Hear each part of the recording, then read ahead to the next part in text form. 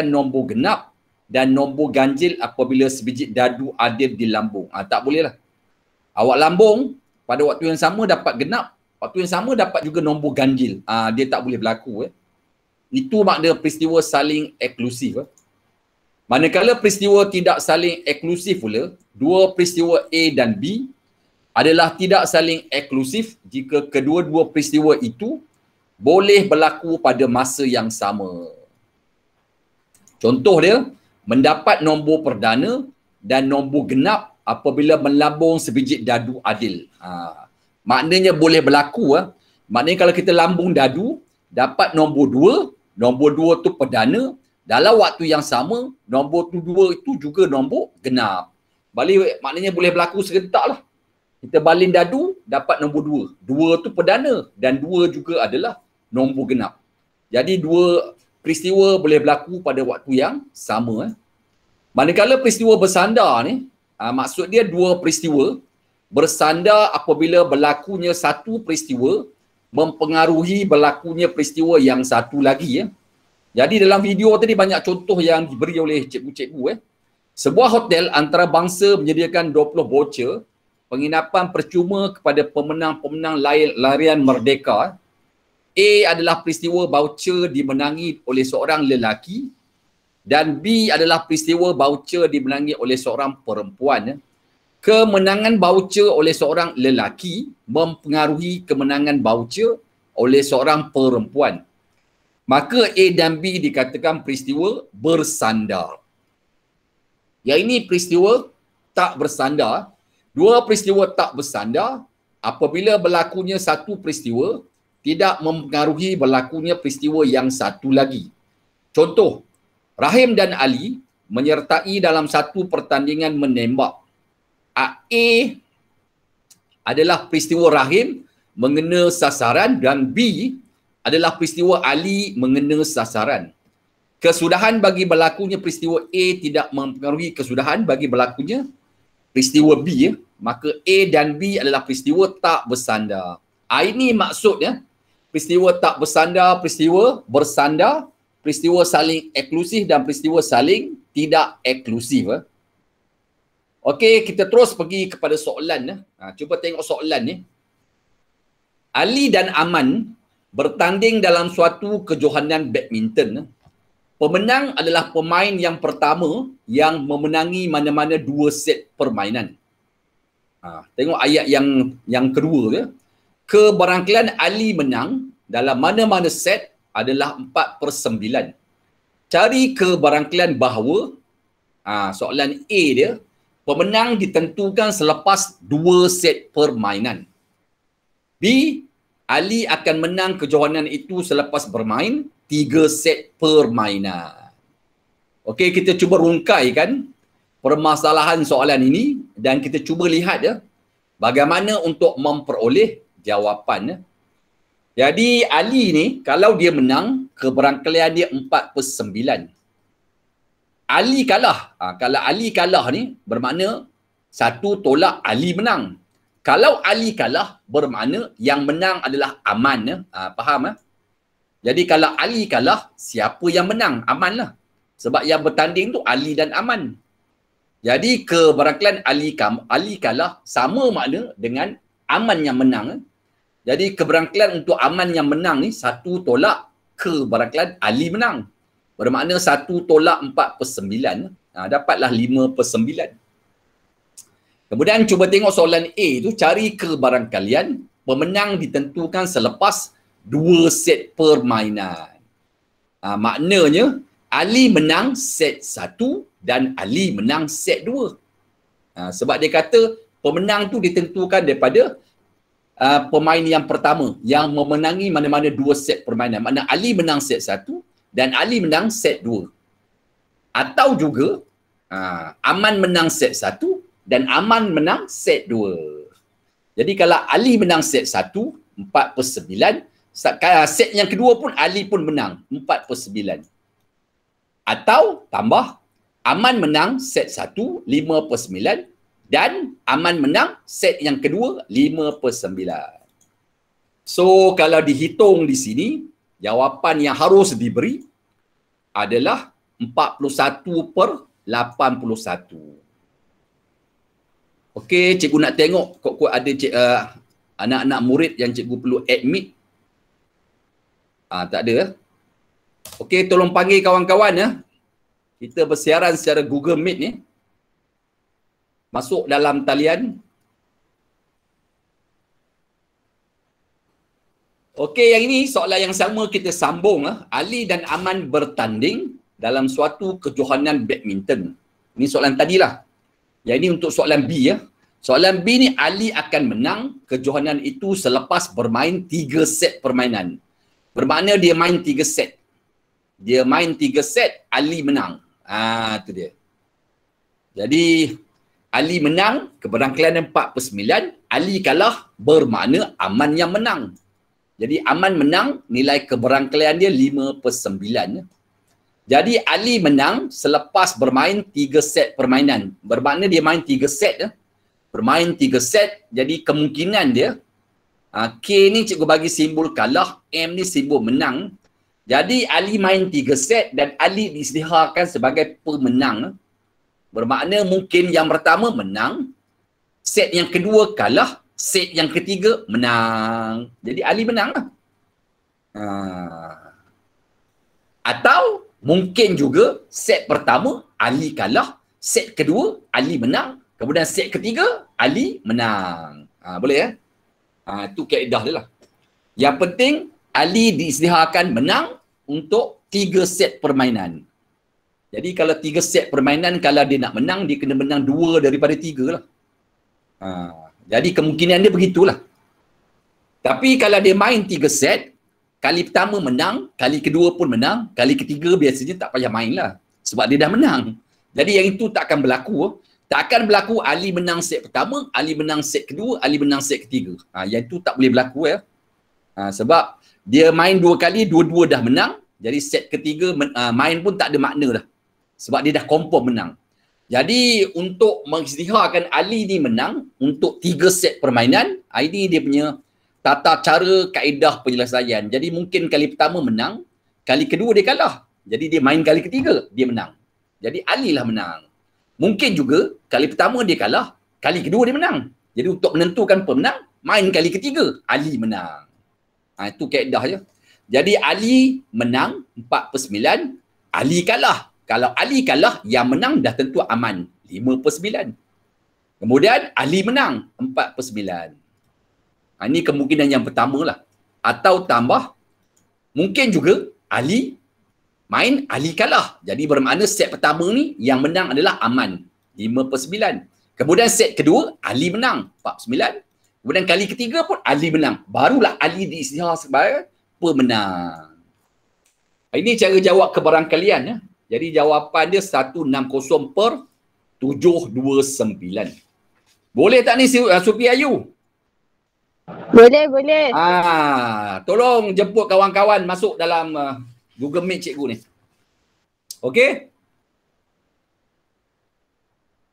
Okey, yang ini pula, ini cuba tengok soalan ini. Ini soalan ni agak mudah juga. Dia bagi satu jadual. Pakaian ada 3 jenis, baju, seluar dan tali leher. Dan ada 2 warna, hitam dan juga coklat. Jadual di atas menunjukkan bilangan baju, seluar dan tali leher mengikut warna dalam almari Sukri. Sukri mengeluarkan selai baju, seluar dan tali leher daripada almari itu secara rawak. Rawak ni random lah. Carikan kebarangkalian bahawa A, baju hitam, baju warna hitam, seluar warna coklat dan tali leher berwarna hitam dikeluarkan. Jadi baju hitam. Baju hitam ada 2, jumlah baju ada 2 tambah 4. Jadi jumlah baju dia 6. Jadi baju hitam ni keberangkalian dia 2/6. Baju hitam ada 2, jumlah baju ada 6 lah. 2 tambah 4. Kalau atas ni cerita dia baju, di bawah mesti jumlah baju. Jangan cerita di atas ni baju, bawah ni jumlah seluar. Tak kena lah. Tak kena lah punya talian dia tu. Dan darab lah. Yang kedua, seluar coklat. Tengok dekat jadual, seluar coklat ada 3, kemudian bahagi dengan jumlah seluar. Jumlah seluar ada 5. Jadi 3/5. dan darab. Tali leher berwarna hitam. Tali leher berwarna hitam ada 2, bahagikan dengan jumlah tali leher. Jumlah tali leher 2 tambah 1 dapat 3. So inilah jawapan bahagian A. Jadi jawapan dia 2/15. Boleh tak ni hari sini? Hari sini? Boleh, Cik. Simple lah soalan ni. Kemudian kita tengok soalan yang sama iaitu soalan B pula. Ni soalan B. Soalan B ni dia nak baju seluar dan tali leher yang berwarna sama dikeluarkan. Dia nak baju seluar dan tali leher tu ketiga-tiga warna yang sama. Jadi mungkin baju hitam, seluar hitam, tali leher hitam, tiga-tiga hitam. Sama warna lah. Atau mungkin juga baju coklat, seluar coklat, tali leher coklat. Tiga-tiga warna sama. Itu cara berfikir ya. Bila awak baca soalan keberangkilan, itu cara kita handle soalan tu.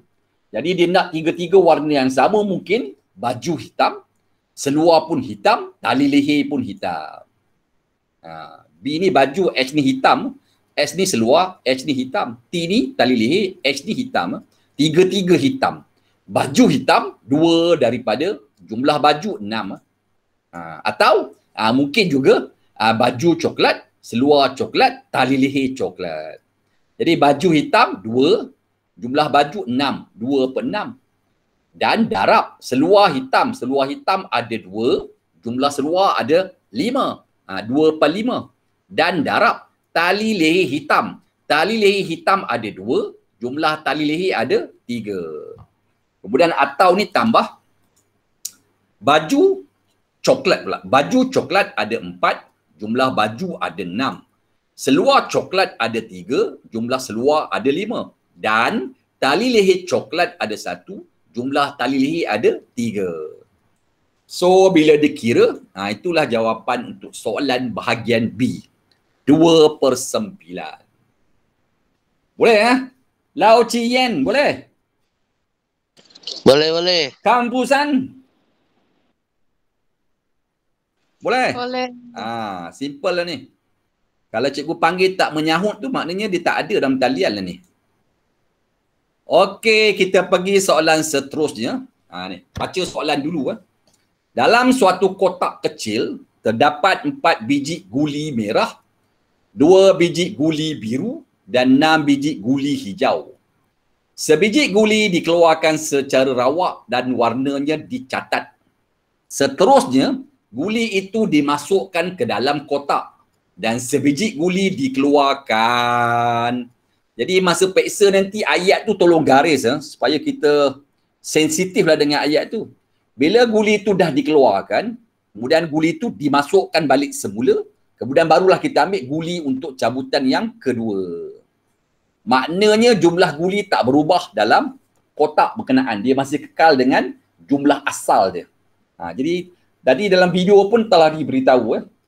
Jadi dekat sini kita cuba tengok guli merah ada 4, guli biru ada 2, kemudian guli hijau ada 6. Jadi M tu merah, B tu biru, S tu hijau. Jadi jumlah sampel, jumlah ruang sampel 4 tambah 2 tambah 6, kita dapat 12. Kemudian soalan A tu agak senang, dia nak guli pertama tu hijau. Jadi hijau ada 6, jumlah guli ada 12. So jawapan A tu 6/12.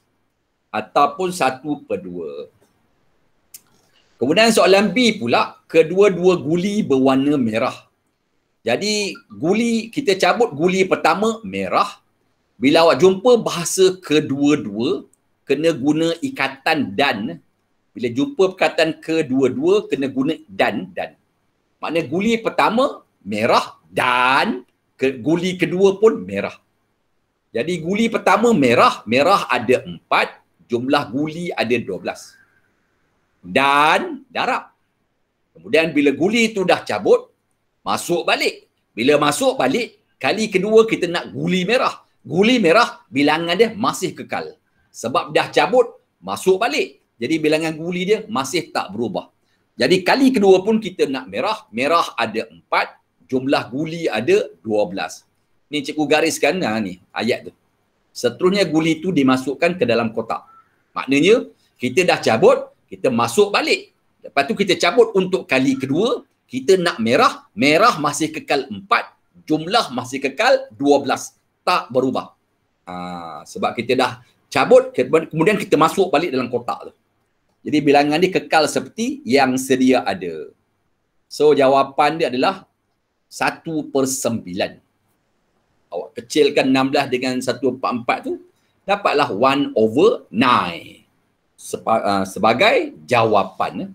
Itu dia. Okey, tengok soalan C pula. Soalan C. Oh, cikgu lupa nak tutup lah. Tak apa. Soalan C ni sekurang-kurangnya sebiji guli merah. Kalau dia kata sebiji guli merah, bermakna mungkin yang pertama, merah ni cikgu letak M, simbol M ni simbol untuk merah, BM ni simbol untuk bukan merah. Jadi mungkin yang pertama merah. Kalau bukan merah bermakna biru dan hijau lah. Bukan merah bermakna biru dan hijau. Biru ada 2, hijau ada 6. Jadi maknanya bukan merah ada 8 lah. Biru ada 2, hijau ada 6. 2 tambah 6, bukan merah ada 8. Jadi sekurang-kurangnya sebiji guli merah. Jadi mungkin awak cabut kali pertama, merah. Kali kedua, bukan merah. Itu dia. Merah ada 4, jumlah dia 12. Bukan merah bermakna biru dan hijau. Ada 8, jumlah dia 12. Atau ganti dengan tambah. Jadi mungkin kali kedua, yang pertama bukan merah, yang kedua merah. Itu cara kita nak jawab. Itu cara kalau guna perkataan sekurang-kurangnya sebiji guli merah.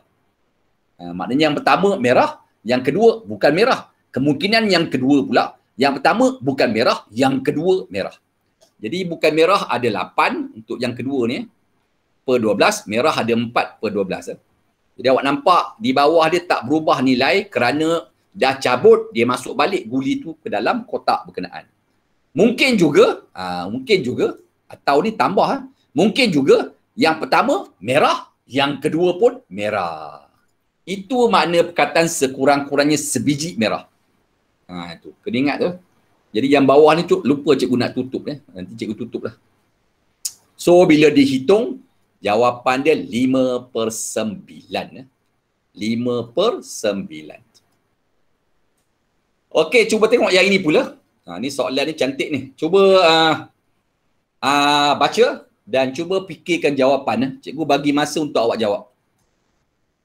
Okey ya? Cuba fikirkan apa jawapan untuk A dan juga B ya. Baca soalan tu. Dia ada 2 beg ni. Satu beg P. Dalam beg P tu ada bola pingpong. Di dinding bola tu ditulis nombor 3, 4, 5 dan 6. Manakala beg Q ada 4 biji bola pingpong. Pada dinding bola pingpong tu dia tulis nombor 5, 6, 7 dan 8 pada setiap bola ya. Bola tu ditulis. Bola pertama 5, bola yang kedua pula pada dinding ni tulis 6, bola yang ketiga pula pada dinding ni tulis 7. Bola yang keempat tu pada dinding ni tulis nombor 8. Kemudian soalan dia sebut sebiji bola pingpong dikeluarkan secara rawak daripada setiap beg. Maknanya sebiji daripada beg P dan sebiji lagi daripada beg Q. Hitung kebarangkalian kedua-dua bola pingpong itu mempunyai A nombor genap, B nombor yang sama. Lai Chen Lin, boleh jawab Lai Chen Lin? Apa jawapan A? Apa jawapan A? Apa jawapan A? Kejap ni aku. Kita ada beg P, dalam beg P tu ada bola pingpong ada 4 yang ditulis nombor 3, 4, 5, 6. Jadi ruang sampel untuk beg P tu 4 lah. Manakala beg Q pun ada 4 biji bola pingpong. Pada dinding bola pingpong tu dia tulis 5, 6, 7, 8 dan bilangan ruang sampel untuk beg Q pun ada 4 ya. Okay. Kemudian sebiji bola kita pilih daripada back P dan sebiji lagi daripada back Q. Dapatkan keberangkalian kedua-dua bola pingpong untuk soalan A nombor genap. Awak kena bagi kemungkinan lah. Kemungkinan dia. Jangan tertinggal satu pun kemungkinan. Kalau tertinggal satu kemungkinan, jawapan kita tu tak betul lah.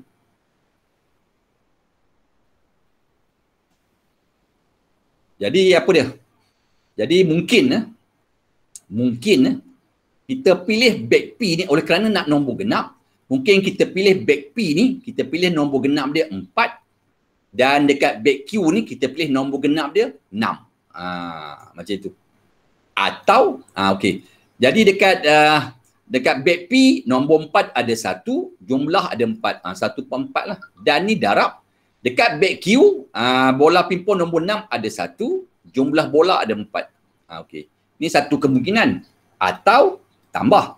Kemungkinan yang kedua, mungkin back P pilih 4, back Q pilih 8. Sebab kita nak dua-dua nombor genap. 4 pun genap, 8 pun genap. Jadi nombor 4 ni dalam back P ada 1, jumlah dia ada 4, 1/4. Dan dalam back Q, nombor 8 ada 1 dan jumlah ada 4, 1/4. Atau mungkin juga kita pilih back P nombor 6, back Q nombor 6. Sebab dua-dua tu adalah nombor genap. Okay. Jadi back P nombor 6 ada 1, jumlah ada 4, 1/4. Dalam back Q nombor 6 ada 1, jumlah pun ada 4, 1/4. Atau tambah satu lagi kemungkinan, mungkin back P pilih 6, back P pilih nombor 8. Dia masih genap kedua-duanya. Jadi nombor 6 dalam back P ada 1 daripada 4. Manakala back Q nombor 8 pun ada 1 daripada 4. Jadi bila awak tambah 1/1, itulah jawapan dia. 1/4. Boleh Lai Chen Lin? Boleh faham Boleh. Simple. Simple lah. Ni soalan ni sebenarnya kena faham sajalah. Kalau faham tak ada masalah. Okey, cuba tengok B pula. Dia nak nombor yang sama. Okey. Kita pergi pula soalan B. Dia nak nombor yang sama. Nombor yang sama. Jadi awak tengok back P, awak tengok back Q, pilih nombor yang sama. Okey, cuba jawab. Cuba cari jawapan. 1/16. Apa dia? 1/16. Siapa jawab ni? Saya. Nama siapa? Apa dia? Lau Qiyang. Lau Qian, okey. Lau Qian, 1/16. Dia nak nombor yang sama, bermakna awak cari nombor yang sama mesti ada dekat P dan juga ada dekat Q. Jadi kalau awak lihat dekat P ada nombor 5, dekat Q pun ada nombor 5. Nombor 5 boleh dipilih. Ataupun kita pilih dekat P nombor 6 sebab dalam back Q pun ada nombor 6. Sebab soalan nak kedua-dua bola pingpong nombor yang sama. Jadi mungkin back P pilih 5, back Q pun pilih 5. Jadi 5 dalam back P ada 1, kemudian jumlah dia ada 4. 1/4. Dalam back Q, nombor 5 pun ada 1, jumlah pun ada 4. 1/4. Okey? Okey. Mungkin juga awak pilih back P nombor 6 dan back Q pun nombor 6. Atau ni tambah, jadi back P nombor 6 ada 1/4, back Q nombor 6 pun ada 1/4. So jawapan dia 1/8. 2/16 ataupun 1/8. Boleh ya? Lau Qian, betul jawapan tadi? Salah tulis cikgu. Apa dia? Salah tulis. Salah tulis, tak apa. Kita belajar memang daripada kesilapan, tak ada masalah. Okey, cuma dalam exam sebenar jangan salah. Okey? Jadi jawapan dia 1/8. Itu kaedah lah. Senang lah cikgu rasa pelajar-pelajar SMK Sulaiman ni pelajar yang pandai-pandai. Awak baca soalan pun boleh faham lah. Dia nak dua-dua bola pingpong nombor yang sama. Tu, carilah nombor yang sama. Pastikan nombor tu ada dalam P dan pastikan nombor tu ada juga dalam Q. Settle. Boleh ya? Okey. Okey, yang ini pula. Cuba tengok soalan ni pula.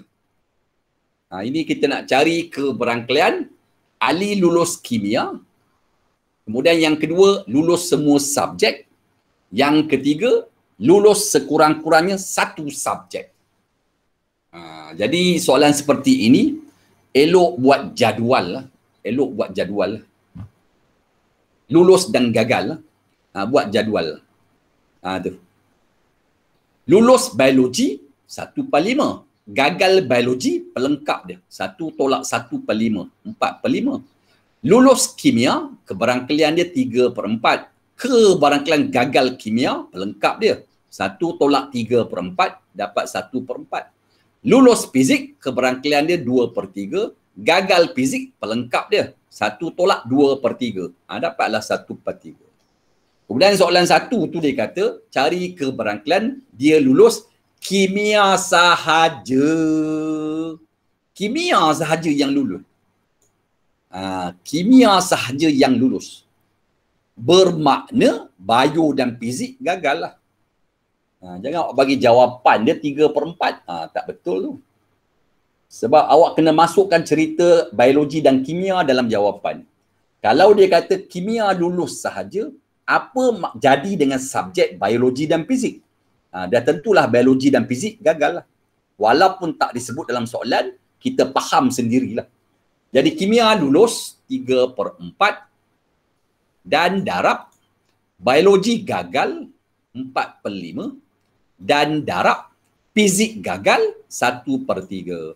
Jadi bila kita buat jadual di atas tu, anak-anak semua nampak senang lah nak memilih jawapan-jawapan tu, nak masukkan dalam jawapan yang kita nak tulis. So jawapan dia 1/5. Okey itu jawapan yang pertama lah. Okey, yang kedua pula, lulus semua subjek. Senanglah soalan tu. Lulus semua subjek maknanya biologi lulus, kimia lulus, fizik lulus, biologi lulus, kimia lulus, fizik lulus. Lulus semua, mana 3-3 lulus. Biologi lulus 1/5 dan darab. Kimia lulus 3/4 dan darab. Fizik lulus 2/3. Jadi bila awak kira, itulah jawapan dia. 1/10. Cikgu rasa soalan yang kedua tu, satu sekolah menengah Sulaiman betul semualah. Tak sepatutnya salah lah. Senang sangat soalan tu. Semua subjek lulus. Awak ambil 3-3 subjek darab lah. Dapatlah jawapan dia. Okey, yang ketiga dia. Yang ni saya bagi untuk awak cuba. Sekurang-kurangnya satu subjek lulus. Okey, cuba jawab yang ketiga. Sekurang-kurangnya satu subjek lulus.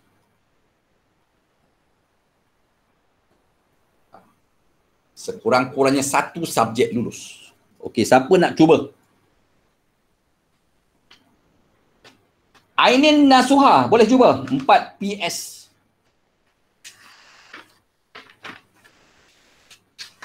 Pesan pada kawan-kawan ya. Kita berada di Google Meet sekarang. Belum tamat lagi siaran ni. Siaran tamat pada pukul 1 petang. Okey. Sekurang-kurangnya satu subjek. Apa makna dia? Apa kaedah paling senang nak cari jawapan? Sekurang-kurangnya satu subjek lulus. Jadi awak pakai pelengkap senanglah. Sekurang-kurangnya satu subjek lulus, pelengkap dia 1 tolak ketiga-tiga tak lulus. Itu pelengkap dia. Sekurang-kurangnya satu subjek lulus, pelengkap dia 1 tolak 3-3 tak lulus. Itu dia. Guna pelengkap. Sekurang-kurangnya satu subjek lulus, subjek lulus, nampak tak? Subjek lulus, pelengkap dia 1 tolak 3-3 subjek tak lulus. Ataupun gagal. Jadi 1 tolak, biologi gagal, kimia gagal, fizik gagal. Itu dia. 1 tolak, 3-3 gagal. Yang ini untuk bio 4/5, kimia gagal 1/4, fizik gagal 1/3. So inilah jawapan dia 14/15. Okey, ingat besok kalau awak jumpa perkataan sekurang-kurangnya satu subjek, awak gunakan pelengkap paling senang lah.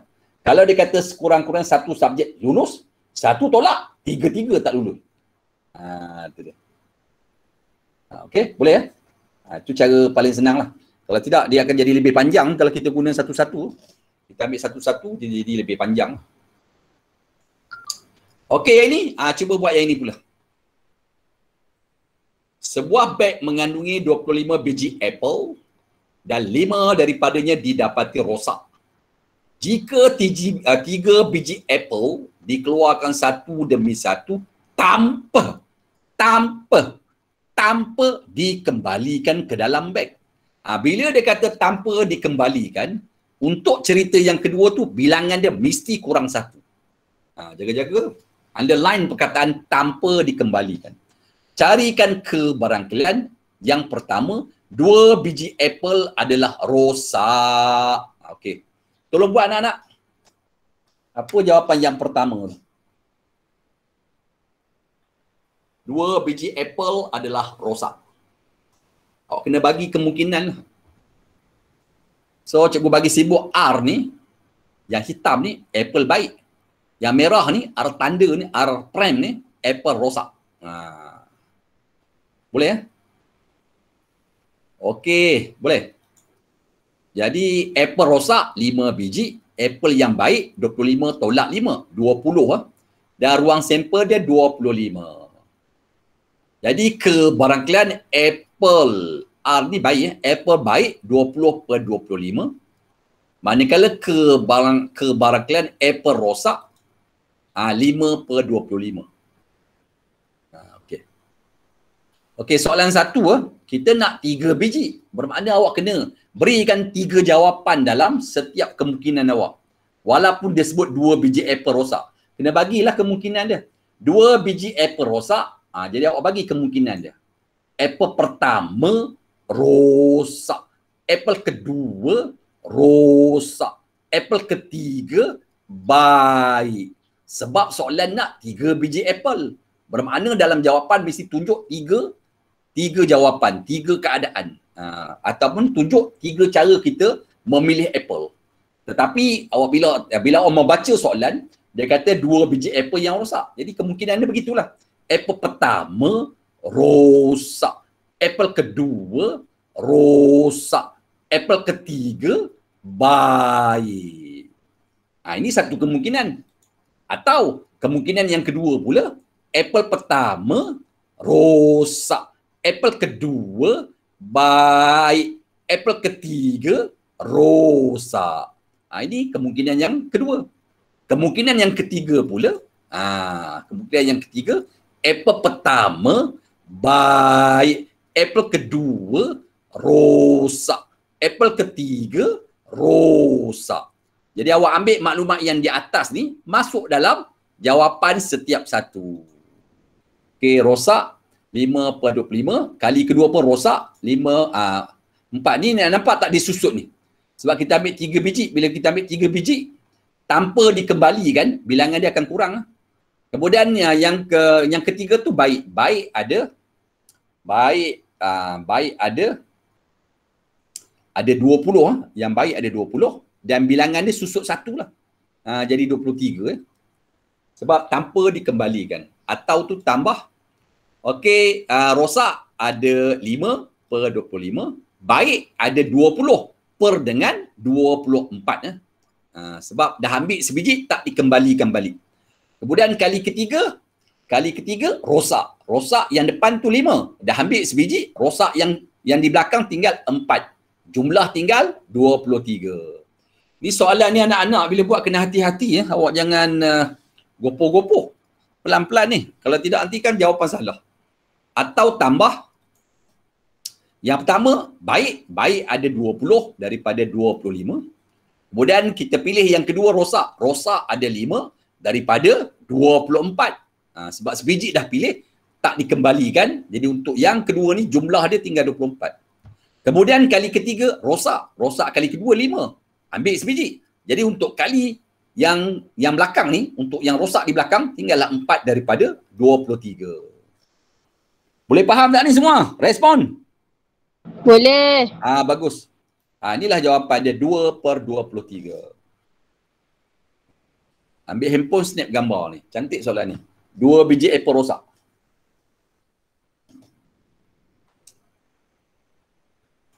Okey, yang ni 2 biji apple baik. Cuba cari jawapan ni. 2 biji apple baik.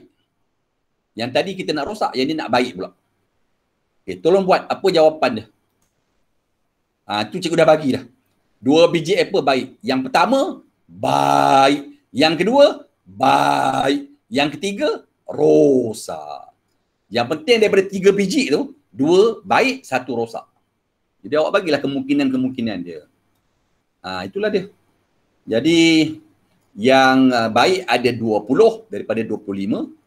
Lepas tu kita cabut sebiji, tak dikembalikan balik. Baik yang kedua tinggal 19, jumlah tinggal 24 sebab dah ambil sebiji tak dikembalikan.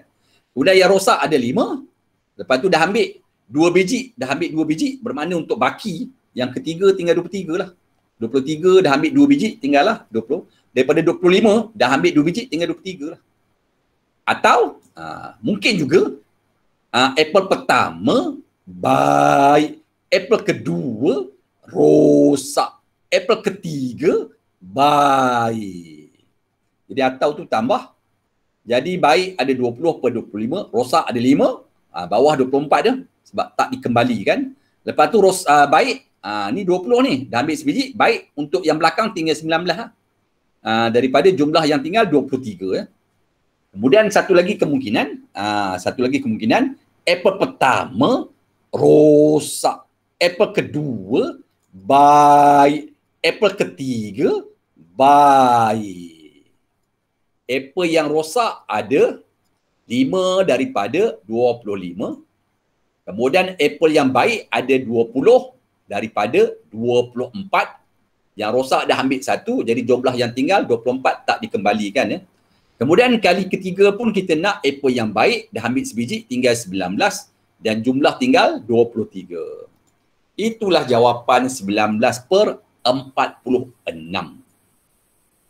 Boleh tak ni anak-anak respon? Okey ke tak okey ni? Okey cikgu. Macam itu. Simple sahaja. Memang sepatutnya boleh jawab. Okey, yang ini cuba buat. Kita nak selebih-lebih. Ni jaga-jaga ni. Yang tadi sekurang-kurang. Yang ini selebih-lebih pula. Bahasa dia selebih-lebih. 2 biji apple adalah rosak. Selebih-lebih 2 biji apple adalah rosak. Selebih-lebih ni guna simbol apa? Kecil sama dengan lah. Selebih-lebih ni simbol dia kecil sama dengan 2 apple rosak. Tu dia. Okey. Jadi itu pelengkap dia. Kecil sama dengan awak lawan dengan besar sama dengan tak ada. Kecil lawan dia besar sama dengan dekat sini tak ada sama dengan. Ini dia punya pelengkap lah. Jadi lebih daripada 2 apple rosak. Lebih daripada 2 bermakna 3 rosak. Lebih daripada 2. Lebih daripada 2, 3 lah. 3 apple rosak. Itu maksud dia. Jangan besok lebih daripada 2 ni awak bantai 4 apple. Sedangkan awak nak 3 biji apple je dalam soalan. Lebih daripada 2 rosak bermaksud 3 rosak. Jadi 1 tolak, apple pertama rosak. Apple kedua rosak. Apple ketiga rosak. Apple pertama rosak. Apple rosak ada 5 daripada 25. Okey. Apple kedua rosak. Dan apple kedua rosak tinggal 4 lah. Sebab dah cabut, dah ambil tak dikembalikan. 4. Jadi bawah tinggal 24. Apple ketiga rosak. Jadi apple ketiga ni 3 per 23. So bila cikgu kira, itulah jawapan dia. 229 per 230. Awak kena ingat ya, setiap kali memberi jawapan ke barang kalian, jawapan mesti dalam keadaan pecahan wajar. Proper fraction. Pecahan wajar. Kalau nombor di atas besar pada nombor di bawah, confirm tak betul. Faham ya? Jadi kebarangkalian ni jawapan dalam pecahan dalam keadaan pecahan wajar. Proper fraction ya. Itu keadaan dia. Boleh tak ni? Ah, Boleh cikgu, boleh. itu dia. Okey, yang ini bagaimana? Cuba cari jawapan ni. Sebuah beg mengandungi 3 biji guli kuning, 5 biji guli merah dan beberapa biji guli hijau. Sebiji guli dipilih secara rawak daripada beg itu. Diberi kebarangkalian memilih sebiji guli kuning ialah 1/6. Cari kebarangkalian memilih sebiji guli yang bukan hijau. Boleh ya? Boleh tak ni? Boleh kan? Yang mana jawapan ni soalan objektif ni? Kita nak kebarangkalian guli bukan hijau.